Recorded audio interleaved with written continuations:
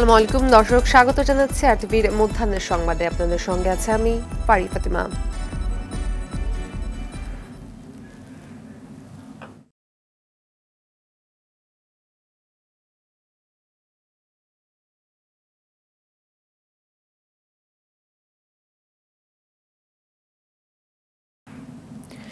সুখী, সমৃদ্ধ, উন্নত, স্মার্ট বাংলাদেশ বিনির্মাণে অঙ্গীকার, এমন স্লোগানে জাতীয় সংসদে 2024-25 অর্থ বছরের জন্য 7,97,000 কোটি টাকার রেকর্ড বাজেট ঘোষণা করতে যাচ্ছেন অর্থমন্ত্রী আবুল হাসান মাহমুদ আলী।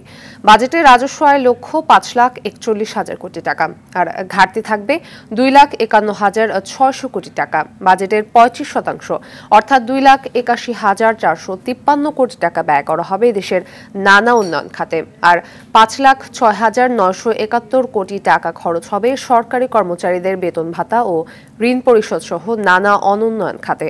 দেশের অর্থনৈতিক সংকটের কারণে 0.7 থেকে 5% কমিয়ে জিডিপি প্রবৃদ্ধির লক্ষ্যমাত্রা নির্ধারণ করা হয়েছে 6.7 থেকে 5%, আর মূল্যস্ফীতি আগের 6%।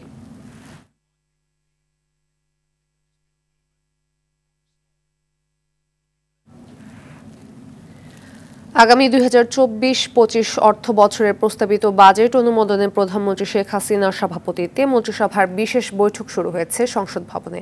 প্রস্তাবিত বাজেট মন্ত্রিসভায় অনুমোদনের পর বেলা 3টায় জাতীয় সংসদে তা উত্থাপন করবেন অর্থমন্ত্রী আবুল হাসান মাহমুদ আলী। বৈঠকে যোগ দেওয়ার আগে অর্থমন্ত্রী জানান, সাধারণ মানুষের জীবনযাত্রা সহজ করবে এবারের বাজেট। পাশ হলে এটি হবে দেশের 53তম আওয়ামী লীগ সরকারের 25তম এবং এ অর্থমন্ত্রীর প্রথম বাজেট। এটি দেশের ইতিহাসে সবচেয়ে বড় বাজেট হতে যাচ্ছে।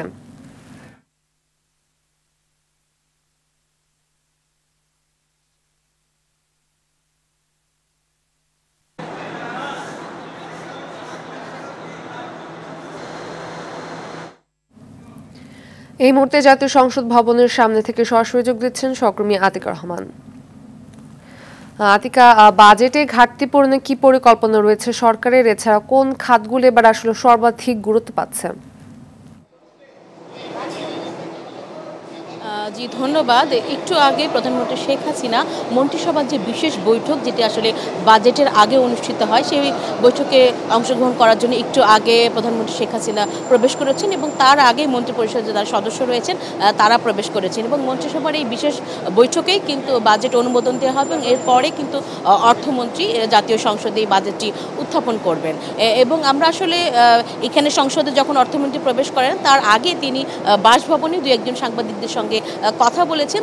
তখন তিনি আসলে বলেছেন যে সুখ, সমৃদ্ধি এবং স্মার্ট বাংলাদেশের যে বাজেট হতে যাচ্ছে এটি সাধারণ মানুষের জীবনে স্বস্তি আনবে, জীবনযাত্রা ব্যয় এবং জীবনযাত্রার মান যাতে সহজ হয় সেটির দিকে নজর দেওয়া হয়েছে এই বাজেটে এবং তার যেটুকু সাধ্য মানুষের জীবনমান উন্নয়ন করার জন্য সেটি তিনি বাজেটে প্রভাব রাখার চেষ্টা করেছেন। একই সঙ্গে আপনাকে বলে রাখি যে এবার যে 7,97,000 কোটি টাকার যে বড় অঙ্কের বাজেট হচ্ছে এবং বাংলাদেশের ইতিহাসে সর্বোচ্চ আকারের বাজেট এটি এবং আওয়ামী লীগের ইতিহাসেও কিন্তু এটি সর্বোচ্চ বাজেট। এবং এই বাজেটের যদি একটু কথা বলি যে আসলে প্রতি বছর আমরা বাজেটে দেখি যে ঘাটতি বাজেটগুলো মানে কিভাবে আসলে পূরণ হবে এবং রাজস্ব আদায় কিভাবে পূরণ হবে এবং বৈদেশিক ঋণ থেকে কি পরিমাণ টাকা আসবে সেটির কিন্তু সুনির্দিষ্ট একটি মাত্রা থাকে এবং এবারও কিন্তু এই বাজেটে সুনির্দিষ্ট মাত্রা নির্ধারণ করা হয়েছে, সেভাবে তারা ঘাটতি বাজেটগুলো আসলে পূরণ করবেন। একই সঙ্গে বলে রাখি এবার কিন্তু বাজেটে আপনি যেটি বলছিলেন সর্বোচ্চ অগ্রাধিকার কিন্তু আসলে জনপ্রশাসন, প্রশাসন খাতে সরকারি কর্মকর্তা কর্মচারীদের বেতন সহ অন্যান্য যে সুযোগ সুবিধা রয়েছে, শিক্ষা খাতে বেশ অগ্রাধিকার দেওয়া হচ্ছে, স্বাস্থ্য এবং সার্বজনীন মানুষের জীবনমান উন্নয়নের জন্য যে ধরনের সামাজিক প্রকল্পগুলো রয়েছে সেগুলোতেও কিন্তু গুরুত্ব দেওয়া হচ্ছে।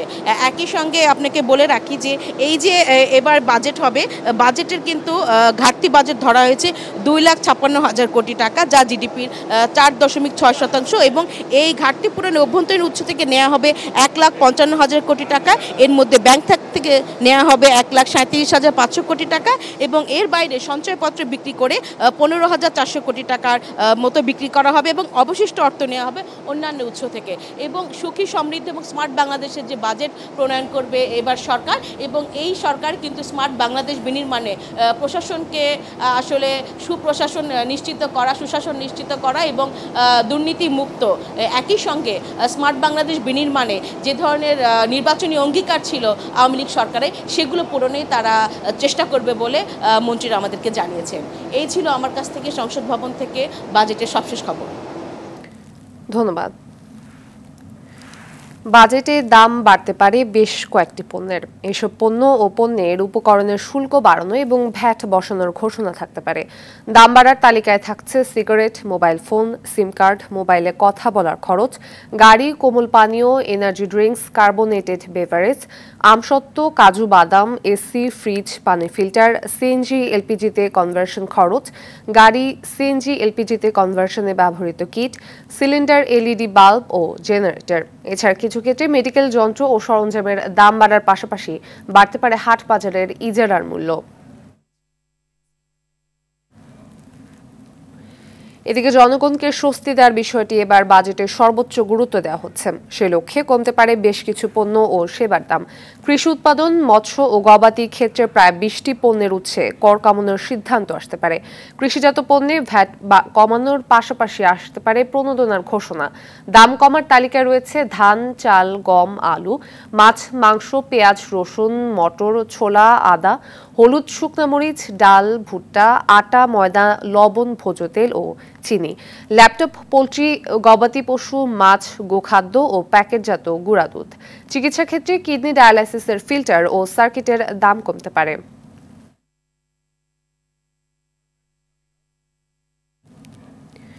দর্শক, খুলনায় রয়েছেন সহকর্মী এস এম মনিরুজ্জামান, সরাসরি যোগ দিচ্ছেন তিনি।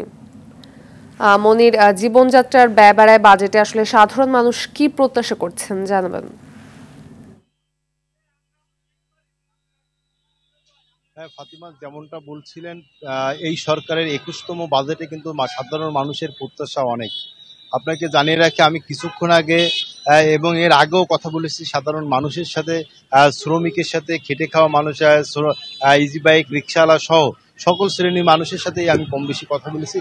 সকলেই কিন্তু প্রথমে যে বিষয়টি কথা বলেছেন যে বাজার নিয়ন্ত্রণ রেখে যাতে সম্ভব হয় সেরকম একটি বাজেট প্রত্যাশা করেছেন।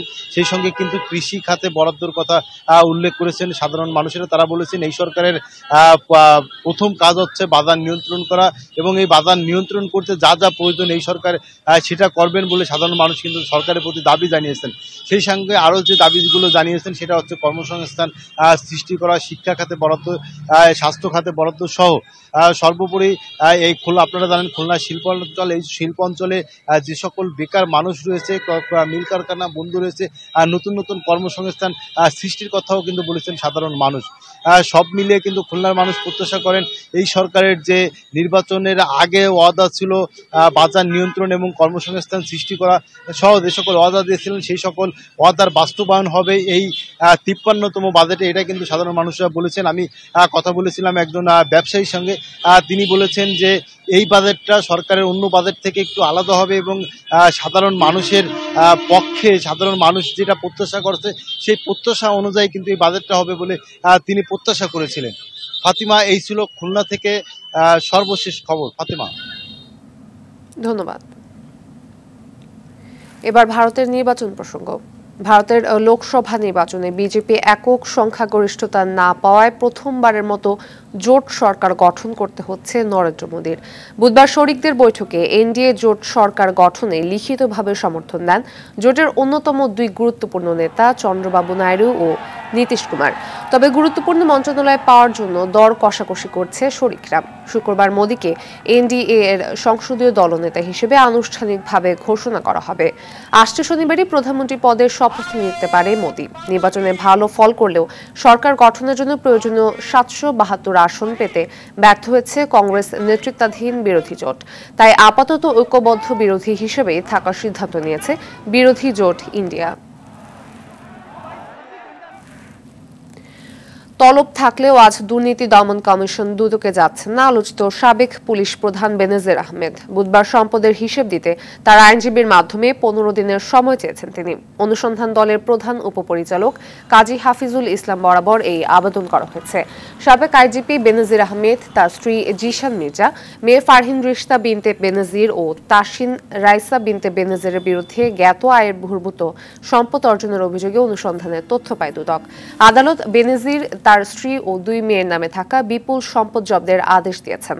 তাদের ব্যাংক হিসাব ও শেয়ার অবরুদ্ধ ফ্রিজ করতে বলেছেন আদালত। 83টি দলিলে তাদের 621 বিঘা জমি ও গুলশানের 4টি ফ্ল্যাট জব্দ এবং 38টি ব্যাংক হিসাব ও বিভিন্ন কোম্পানির শেয়ার অবরুদ্ধ করার আদেশও দেওয়া হয়েছে।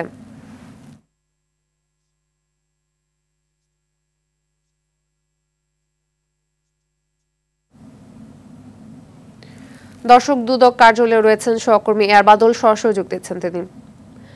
বাদল, বেনজিরের সময় আবেদনের বিষয়ে দুদক কি পদক্ষেপ নিয়েছে জানাবেন?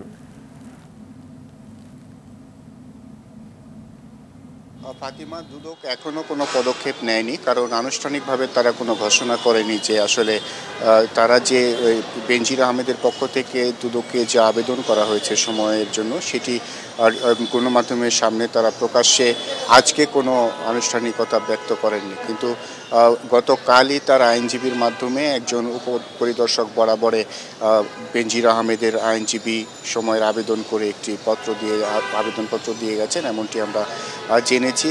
তো এখানে গণমাধ্যম অপেক্ষা করছে যে এই ক্ষেত্রে আসলে দুদকের কি ভূমিকা হবে, দুদক কি করবে, সে বিষয়টি আমরা জানতে পারবো। অপেক্ষা করছি, কিছুক্ষণ পরে হয়তো আমরা সেটি জানতে পারবো। কিন্তু এর আগে দুদকের কমিশনার জহুরুল হক যেটি বলেছেন যে যদি বেনজির আহমেদ এই যে 15 দিন সময় নিয়েছে, 15 দিন সময় পাওয়ার তার অধিকার রয়েছে।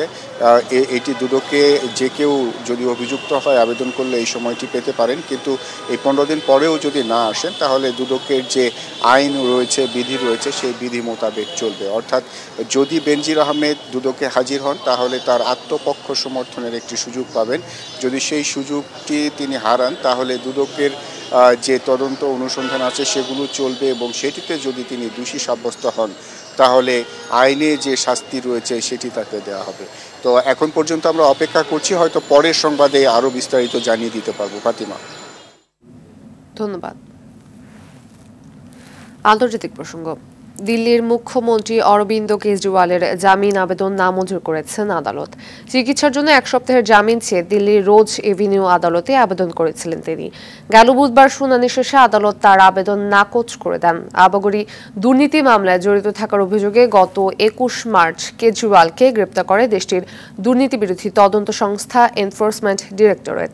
তিনি এখন দিল্লির তিহার কারাগারে আছেন। তবে লোকসভা নির্বাচনের জন্য তাকে 3 সপ্তাহের অন্তর্বর্তীকালীন জামিন দিয়েছিলেন আদালত।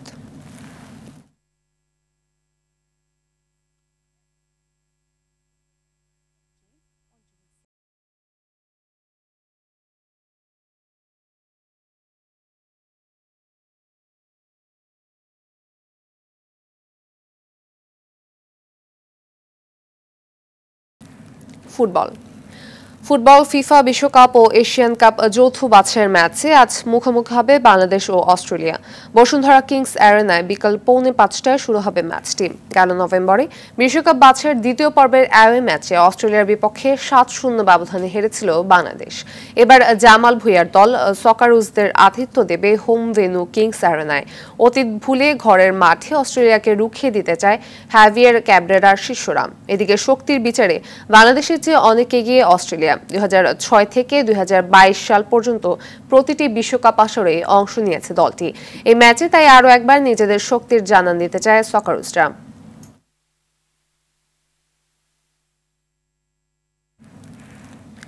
মধ্যাহ্নের সংবাদে পর্যন্ত সর্বশেষ সংবাদ জানতে যেকোনো মোবাইল ফোন থেকে 24141 নম্বরে ডায়াল করুন। দুপুরের সংবাদ 2:30টায় দেখার আমন্ত্রণ রইল। ধন্যবাদ সবাইকে।